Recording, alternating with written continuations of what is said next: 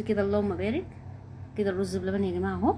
طبعا انا عملت منه اللي ايه الاطباق اهي تمام. بس انا بقى ايه عملنا منه الحلو كمان، رز معمر، رز بلبن معمر يا جماعه. هتحطيه بعد ما تخلصيه زي الساده كده، وتحطيه في البرامات ومكعب زبده صغير، تحطيه تحت الشوايه 10 دقايق. بصي كده اللهم بارك على الجمال، على الحلاوه. بصي الوش عامل ازاي، انا بس عايزه اوريك الوش عامل ازاي. بصي بقى كده الوش بتاعه رهيب ما شاء الله. مش هياخد معاك 10 دقايق ايه تحت الشوايه، بس تخلي بالك منه. تمام كده. سيبيه بقى لما يبرد. عندك بقى حته بسبوسه، حته كنافه، معاكي بقى حته قشطه تزودي من فوق زي ما انت عايزه، حبه مكسرات مفيش مشكله، ايس كريم ساقع بس بعد ما يبرد.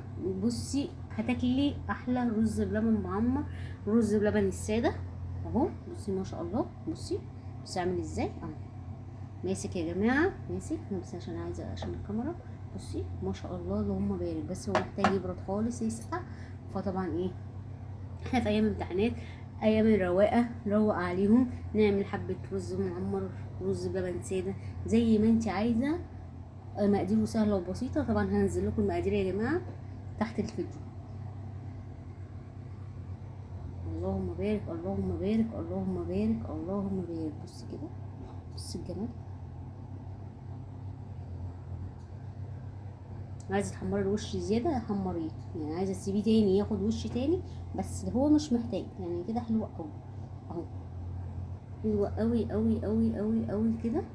عايزه تزودي براحتك بقى، يعني تكايه حركات زي ما انت عايزه. مكعب الزبده الصغير هيفرق معاكي في الطعم، مع القشطه مع الكريم مع اللبن بقشطته. بصي كده اللهم بارك اللهم بارك اللهم بارك.